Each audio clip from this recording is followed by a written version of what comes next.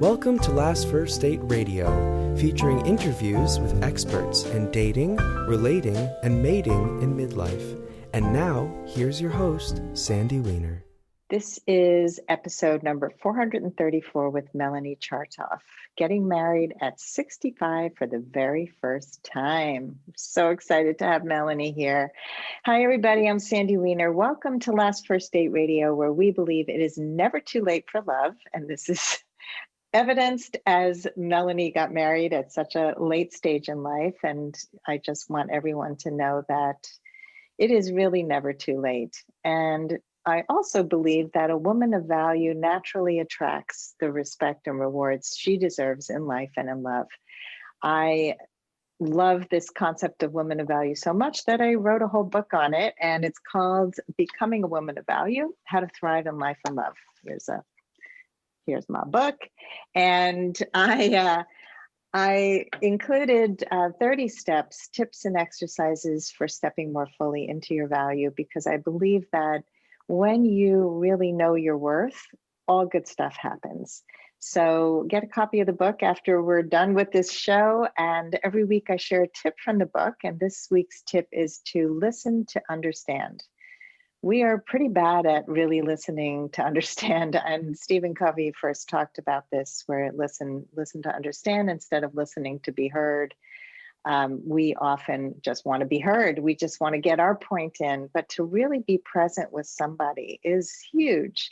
So my challenge to you this week is to really spend a little bit more focus time when you're listening to somebody, and really check in with them and see if you're really getting what they're saying, because we often don't even do that. So that little step of just checking in and seeing if you get it will change all your relationships. Before I bring Melanie on, I also just want to let you know that I have a fantastic Facebook group for women over 40. It's called Your Last First Date.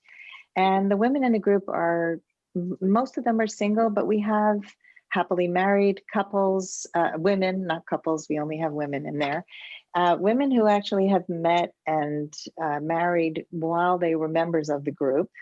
And it is a group that is focused on your personal growth, on positive messaging, not being stuck in limiting beliefs and bashing and hating on men.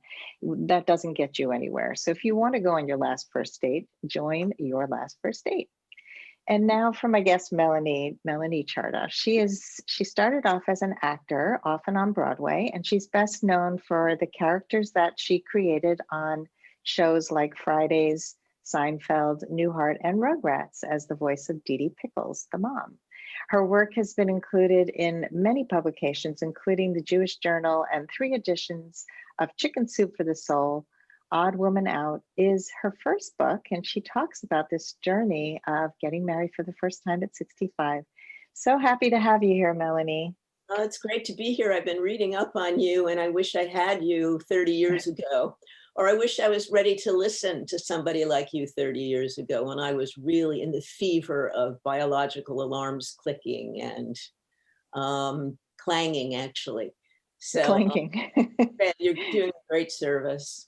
Oh, thank you. Well, we spoke a little before the show, and we have some overlap where both of us worked in Nickelodeon, and I deal with women every day who think that they're over the hill. And I was telling you that at 28, I thought I was over the hill. I thought that my time was running out to have children, to get married. I lived in Manhattan and thought all the good men were gone. They were all married, or, nobody wanted to really settle down. And I was just like, time is ticking. And, and now I look back, and 28 as I was a baby. I had no idea who I was. But, you waited and you got married at a later stage in life. So we're going to unpack that a little bit. And you have said that you played many roles as a human being before you actually became one. So tell us what you meant by that. Well, because my parental situation was so chaotic.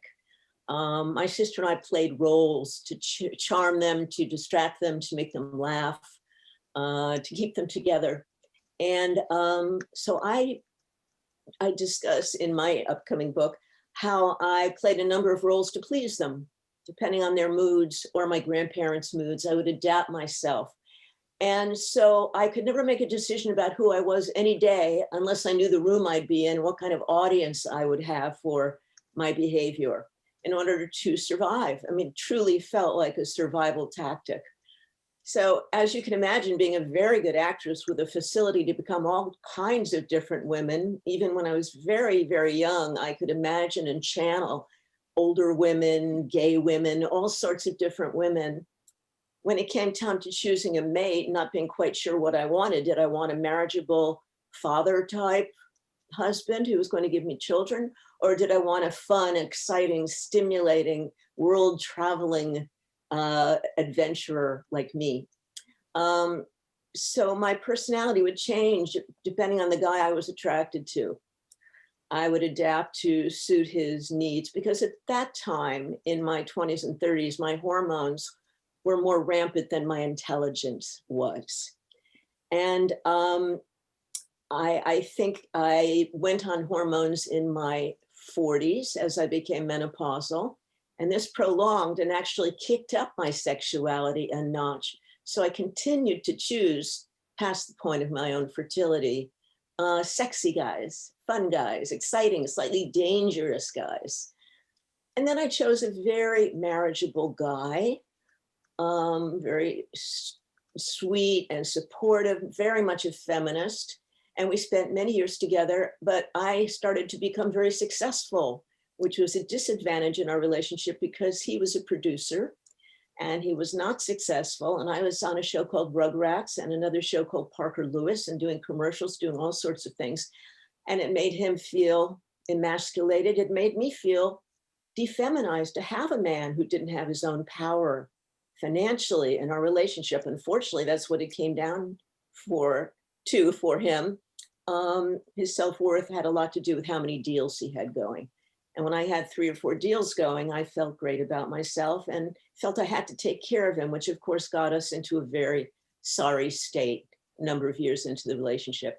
I bought a house, he moved into my house, but I owned the house and he was a homemaker. I mean, he would do the decorating, he would make the beds and put a mint on the pillow in the morning. I mean, he was so fastidious about my home, but I really didn't need a homemaker. I could afford a maid.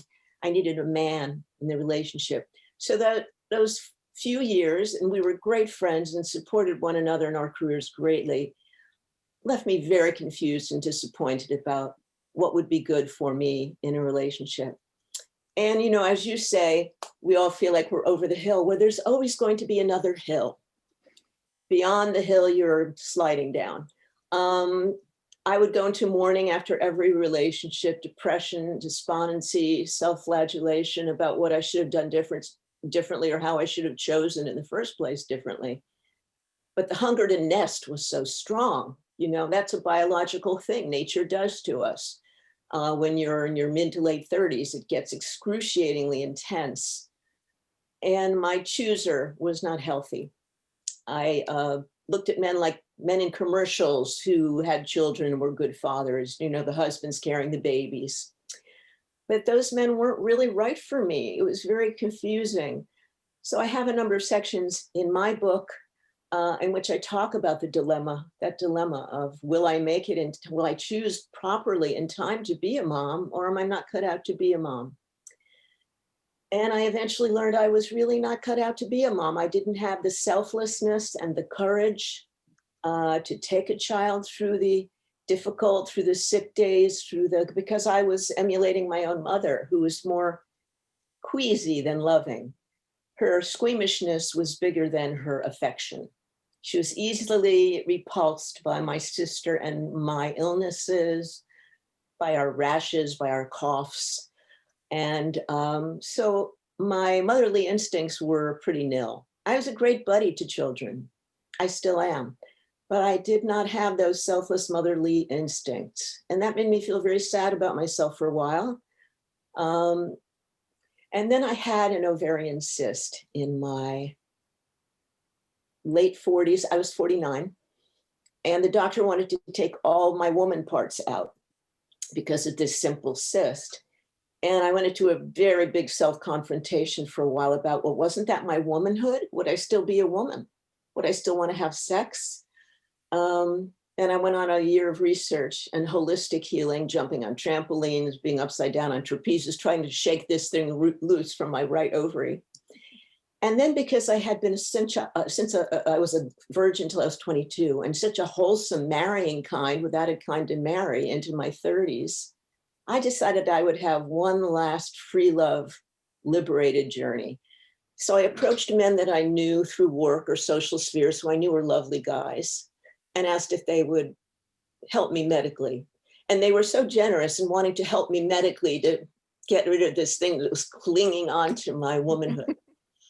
So that was quite a 6 months. I het myself up on hormones, testosterone and estrogen, and put myself in heat, veritably. So every man I met seemed like a possibility for sex now, not for marriage. And so I got it out of my system in my 50s.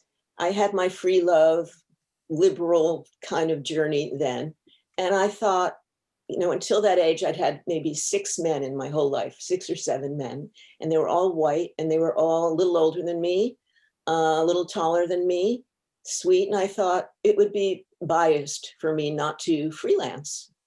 So I tried different colors, faiths, heights, appearances, astrological signs. And I always was honest. I'd let them know I was only interested in one thing.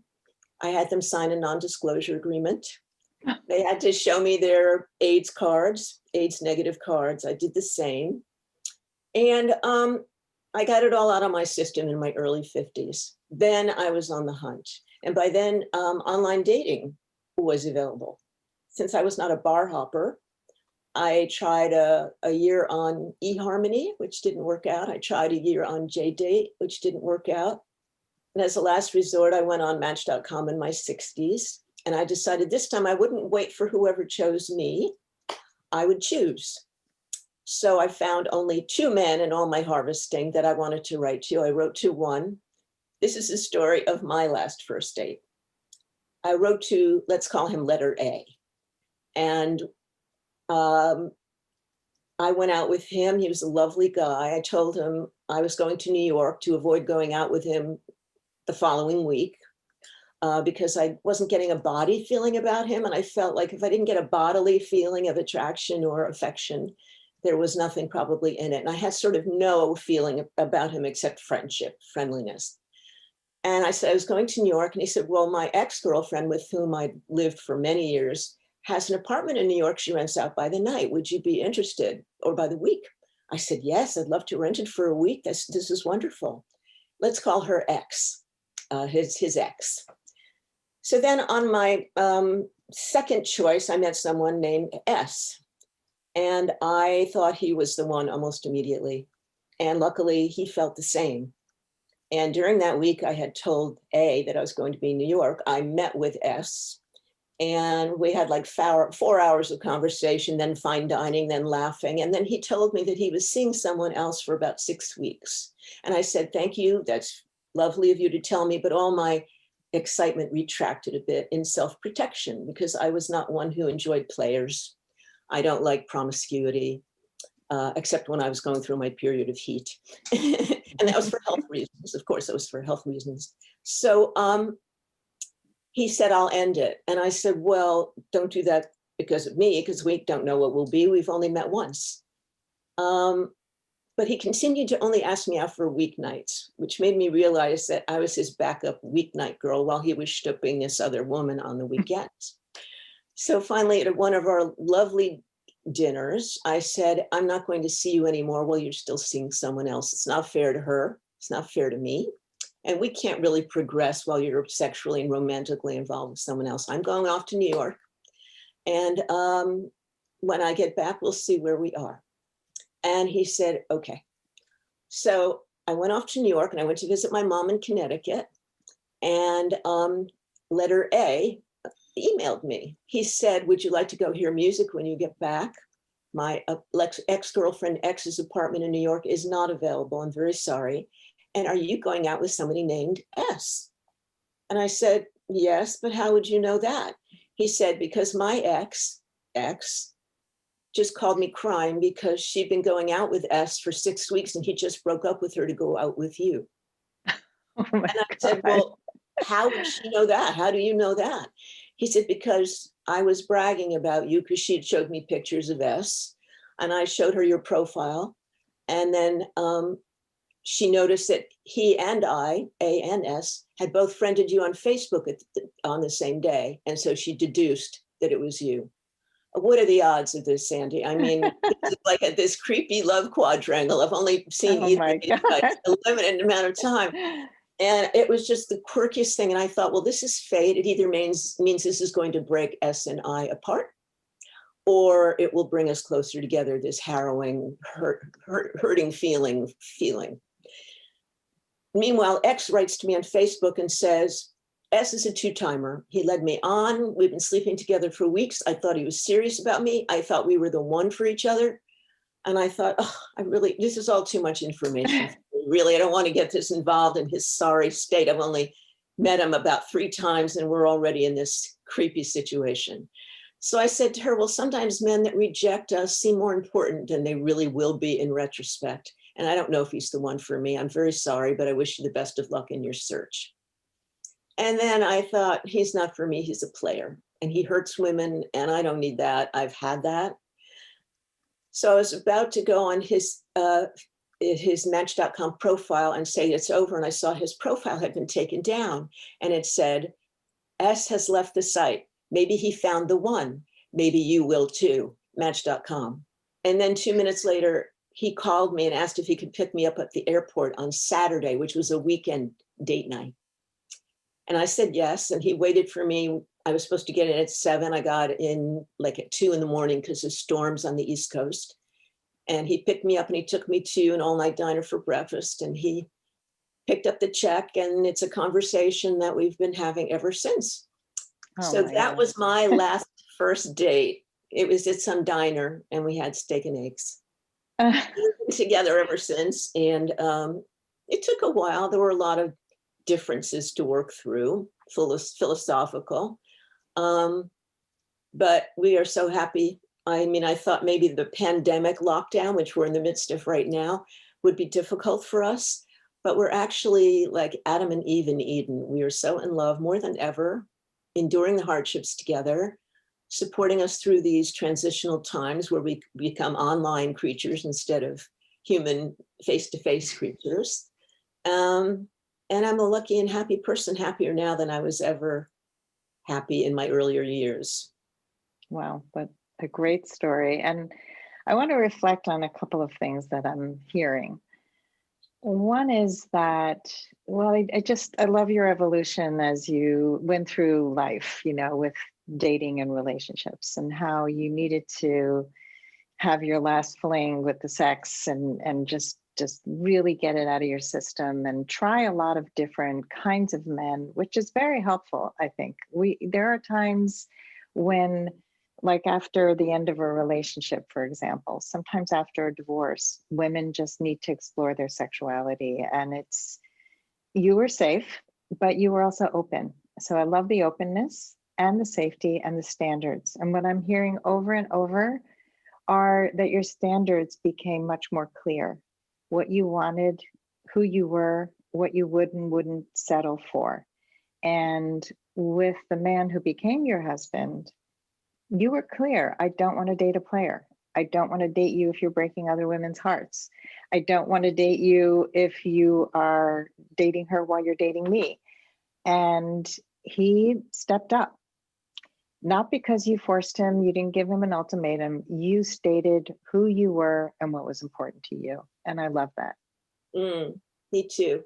I would say my self-worth elevated as I stopped pursuing acting as ardently. I worked a lot on many different series and I worked hard and I was exhausted a lot of the time. But I started becoming a writer in my 50s, getting published a lot. not making as much money as I do as an actor, but feeling a sense of satisfaction because this was all mine. There were no producers putting their 2 cents in, just publications that wanted me. And I wrote a musical, a 2-character musical about a therapist and a patient who is so screwed up she can only sing to get her feelings out. And so he has to learn to sing to heal her, and they both heal. So I had a big success with it. It was running at a theater here in Hollywood. And I was feeling really good about me at that time and about my future at the age of 63, which was unique. I never thought I'd feel that way at 63, but I was feeling that the peace inside me that I had, that was hard won for me, came after many decades of therapy, self-evaluation and spiritual work. The peace inside me was more important than any guy who would disrupt that peace. So my priority had really changed. I wanted a relationship in which I could maintain my peace. And it took a lot of interviewing and evaluation to figure out what that man would be like. He would have his own work. He would have children. I very much wanted to be a parent in some form. Unfortunately, his children were already prefab and grown and very set in their ways. His daughter was already engaged. You know, 23, she had an engagement ring on her hand, like this big rock, and she's been married now for 9 years. She does not want to have kids. She's a Stanford guidance counselor and therapist and social worker, and she doesn't see that she wants to bring a child out into the world right now. So my younger stepson is a player, and I don't see him getting married and having children anytime soon, between you and me. He may say so, but I don't feel that coming. And I so wanted to have babies in my lap. So the freakiest thing happened about 4 months ago. I've been mentoring a young girl since she was 11. She's a Hispanic illegal alien, but very bright. And I have been mentoring her since we got her into college and since she's graduated with her degree in social work and since she's been in the working world. And I was at her wedding and then she got pregnant and she asked me if I would be her child's other grandmother because her child only has one grandmother. So on Friday, I'm going to meet my god grandchild. Wow. Julie Santiago. So, you know, I've done a lot of creative visualization. I have to say it takes a long time, but a lot of my visualizations have come into some form of realization. Not spot on, but even better, you know, than I imagined in a lot of cases. So I just try to continue to keep a positive outlook. And I've had dark days. Like we've all had very dark days, especially when you don't have anybody at home to support you when you're living alone. You get dark days. It's very important to establish a community.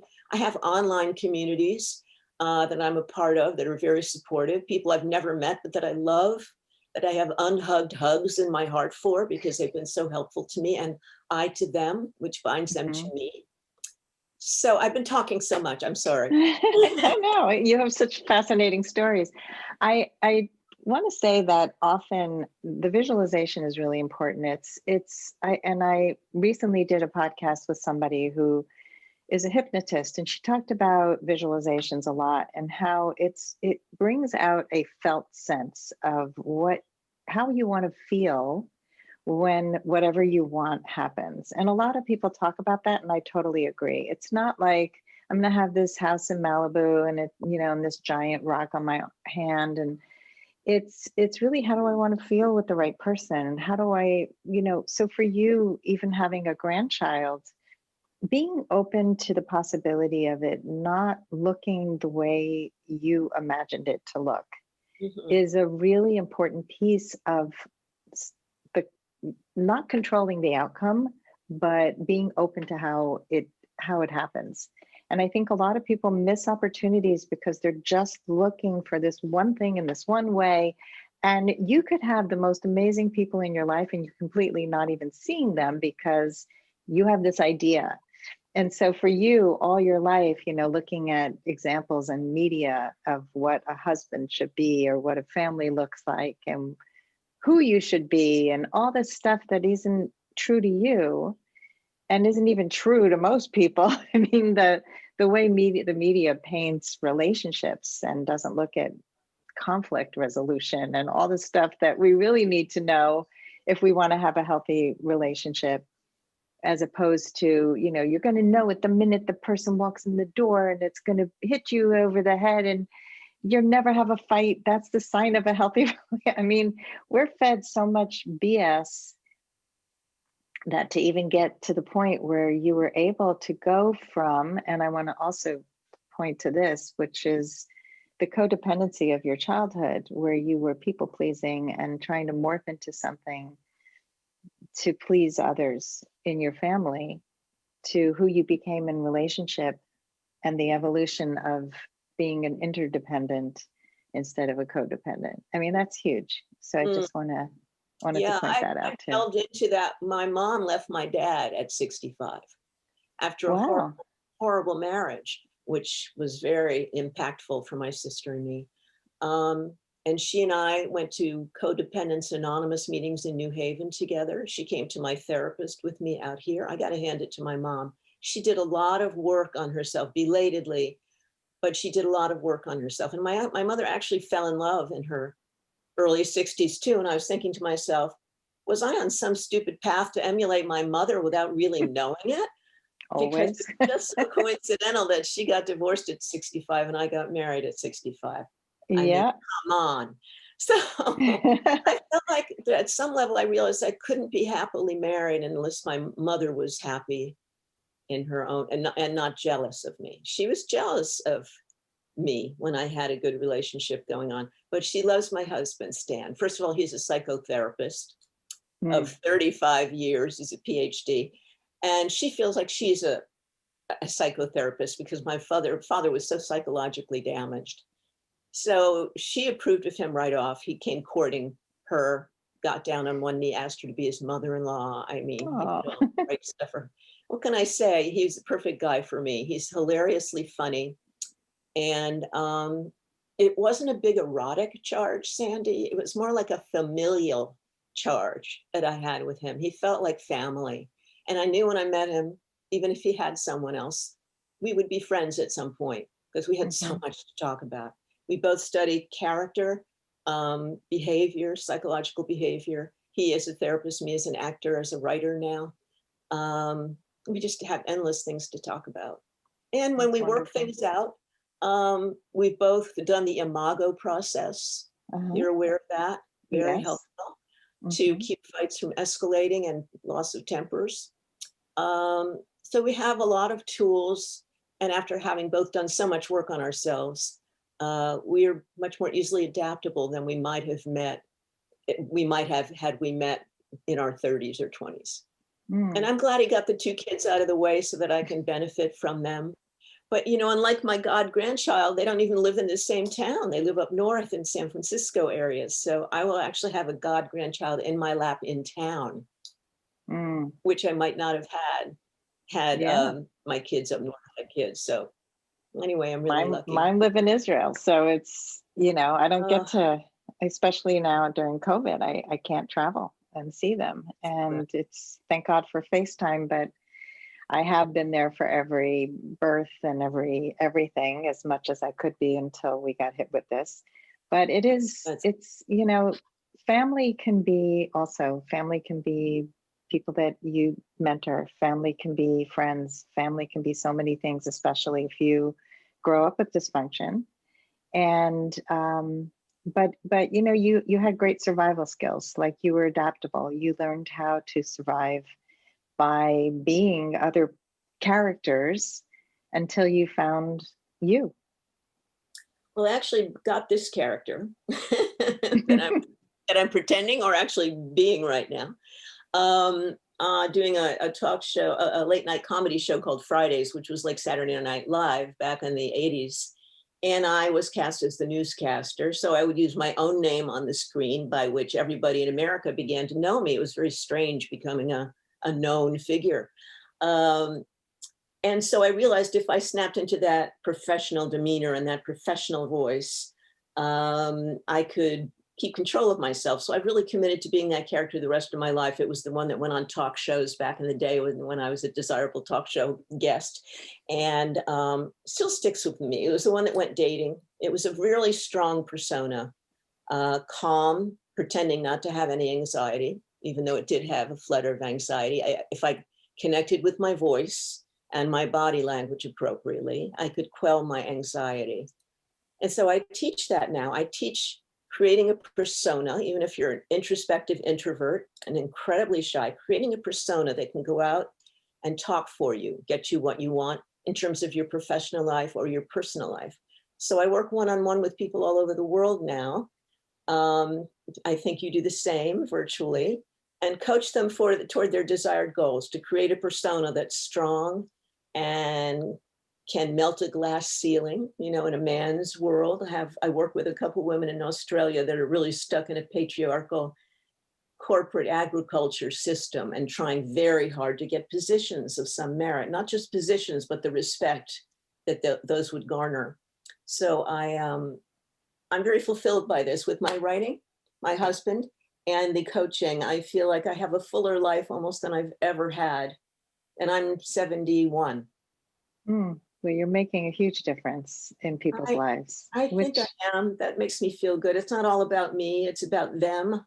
Yeah. And you don't need approval, like the whole acting world. And you and I spoke before the show that my ex-husband is a performer, and he also was a voice actor on Dora the Explorer, and we had our show on Nickelodeon.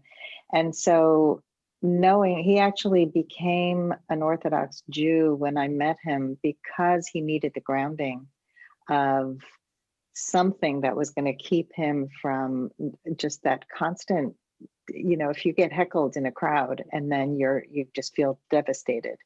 And I've seen so many people in showbiz who were really messed up. I mean, they don't know who they are. They are all about the ego. And true relationships, healthy relationships happen when you can put ego aside, when you can really access your essence, your inner self, the inner guidance of who you really are. That's really what connects. And that kind of intimacy is based on opening and vulnerability and really showing who you are. So I love that you're doing this coaching. I do a lot of communication and skill building and boundary work with my clients. And so many people come to me and say, this is just who I am. I'm terrible at speaking up. I'm terrible at marketing myself. And I'm like, I was too. Like, I never would have had a show. I never would have gotten in front of a camera. My husband was the camera guy.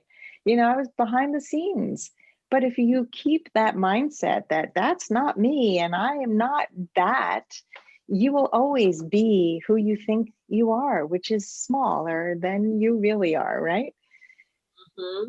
Mm-hmm. A lot of us were put in this position to be subservient to men and lower on the totem pole prenatally. I mean, I personally am older than you. I was born into that philosophy. I had a mom that was very submissive, not terribly aggressive, didn't have her own power, didn't have her own skill set or her own money. And so I had to break out of that. My father and the fathers of my generation who had been in the armed services, they believed in respect and discipline. And my father governed my mom, my sister, and me like we were in some sort of platoon, and he was the lieutenant. We almost had to salute every morning. I mean, he wanted to start the day with respect, even if it was fake respect. And that really kind of caused a split in my sister and me. Young, I had to get the hell out of there to become a human being. I really did. I pretended my whole way through school and through my life with my parents. I think I left home when I was just turning 16. And I never went back to that idea of home. I didn't really have a home until I bought this house 30 years ago. I mean, not everybody can buy a house. And I just felt like, it's so big. I don't even know where to sit in my house. I have so many rooms to sit in. And it was such a sense of pride and value that gave me, being able to write, being able to maintain a home. Without a husband, without anybody helping me. I didn't have to kiss anybody's ass for money. So I feel really fortunate right now, Sandy, and I didn't always, God knows, I just didn't always. Yeah, and it makes sense growing up in a home with a mom and a dad like that, that you saw your way to a good life.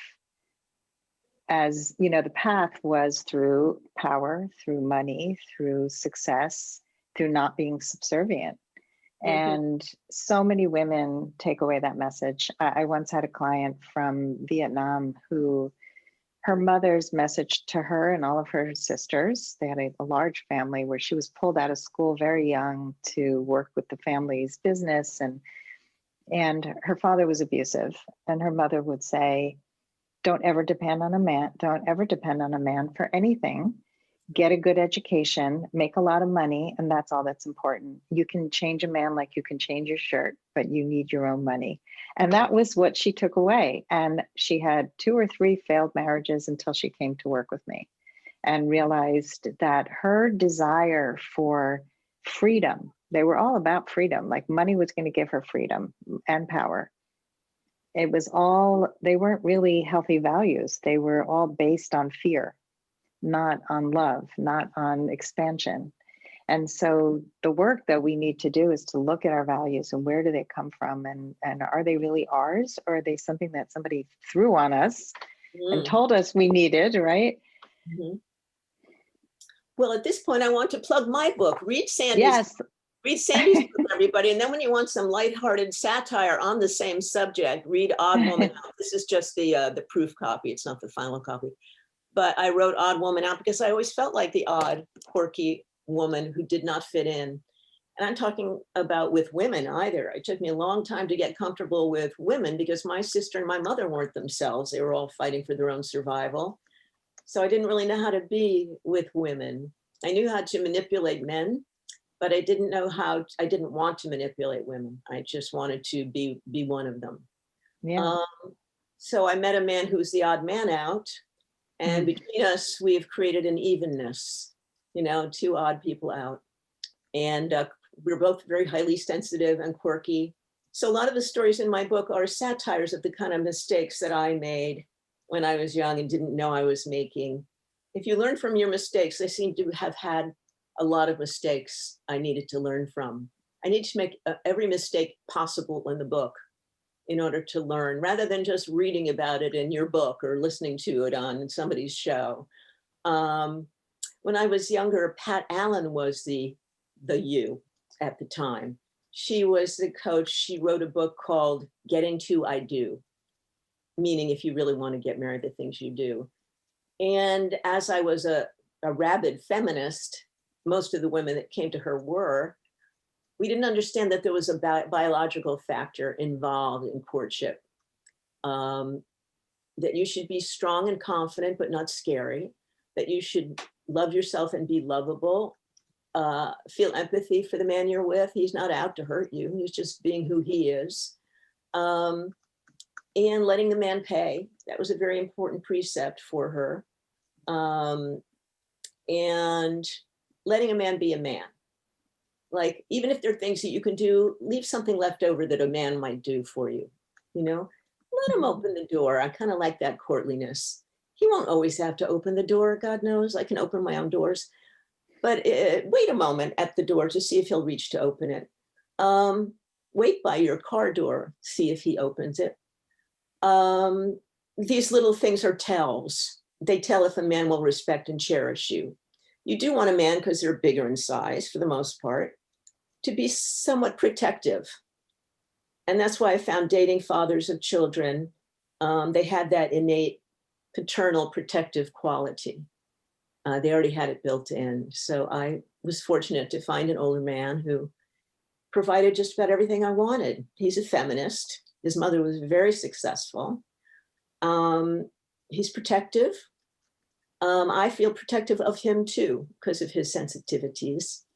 And his kids are very self-reliant. They make a very good impression for him. They show that they were well cared for, and by their mom too. She did a very good job with the heavy lifting that I don't have to do. So you are right on your time, Sandy, with what you're sharing with women. And because of the pandemic that we're in right now, dating has become a whole other thing. You really do get to take your time. You're forced to really listen, forced to really get honest answers about somebody's daring in the atmosphere, whether they have a pod that's safe. Can you actually meet? You see each other unmasked, on these Zooms and Skypes, but in person, you will see yourselves in masks until you feel safe and trusting, and someone has answered sufficient questions for you to unmask. I mean, it's like the preliminary losing of virginity and exposing one's vulnerability. It's a very trusting thing to take off your mask in somebody else's presence now. Yeah, it is. It's a whole other world. I teach thing. a whole course on dating during the pandemic because it became such an issue where people were confused in the beginning, like, can I date at all? Should I take a break? And this was when we thought it was a 2-month thing. That's now who knows how long. I love the life lessons you shared and what you learned. They're really important lessons of, I think a lot of strong, successful women are the ones who struggle the most. They become so independent that they scare away men, that men don't think there is a place for them in their lives. Mm. They don't allow men to do things for them. They don't ask for help. They emasculate, and it's unintentional. It's like, I don't need a man. I'm good as I am. And having a man by your side and all the things that you've shared about having somebody who is a feminist, who is a good listener, who is sensitive, but he's also protective. He's also has kids who are self-reliant. He's done a good job raising them. I mean, these are all things to pay attention to. And I'm wondering if you have any other takeaways that you hope people will learn from your book and your story. Well, my dedication in my book is to my mother, who taught me it's never too late to learn to love. I realized it wasn't for me, just that there were no men out there, that I really wasn't clear on what it meant to love, because it hadn't been instilled in my family. And the fact that my mother fell in love late, she only had a short time with this man, but it was a cherished time, made me realize I had a lot of self-loving to do and other loving to do before I would really be ready for reciprocity of love and bonding. I had a real attachment disorder. I was like Teflon for real attachment. But then with unavailable people, I had a Velcro. I was like hooked onto them, to pleasing them, to dancing for them, to seducing them. So, in your own soul whether you're loving or not. And I think that's the first thing to work on. Work on it with animals, with babies, with helpless people. Find the love in yourself, the empathy and the love. And that is a good, strong pathway to take to learn to love and receive love from someone else. Beautiful. The attachment stuff is so huge. I'm actually covering, I talk about attachment a lot in my coaching practice, because how we grew up is how we attach until we do the work. Until we really become more secure within ourselves, we are attracted to men who are completely unavailable or who are super clingy and drive us crazy. And so just working on that alone is huge. Mm-hmm. Thank you so much, Melanie. It's just been so inspiring. And let people know how they can find you. Well, I have two websites, but charismatizing, as in hypnotizing.com, is my website for charisma coaching. And I work with actors and introspective and extroverted people who don't know how to listen, who don't know how to viscerally listen and be present for others. So I calibrate everybody to be ambi personality, so they can be recessive and listen and be permeable when necessary, or when they can take over the room when it's necessary to put their ideas across, crucial to put their ideas across. Charismatizing.com, you can reach me through that site. And I'll have a link for my book, which is going up on Amazon now in Audible, Kindle, and book form. And my other site for my career, which has been massive, is melaniechartoff.com. And my book is called Odd Woman Out, and it's on Amazon now for pre-sale, but it won't be available till February. Okay, and this show will air in January, so Great. People can pre-order. Well, thank you so much. I really, really appreciate hearing your story. It's inspirational to me, and I'm sure to our listeners. And thank you, everybody, for listening. If you love our show, please rate and review us and leave a 5-star review. We love those. That helps us be found by more people and get more listeners. And we hope you go on your first date very soon.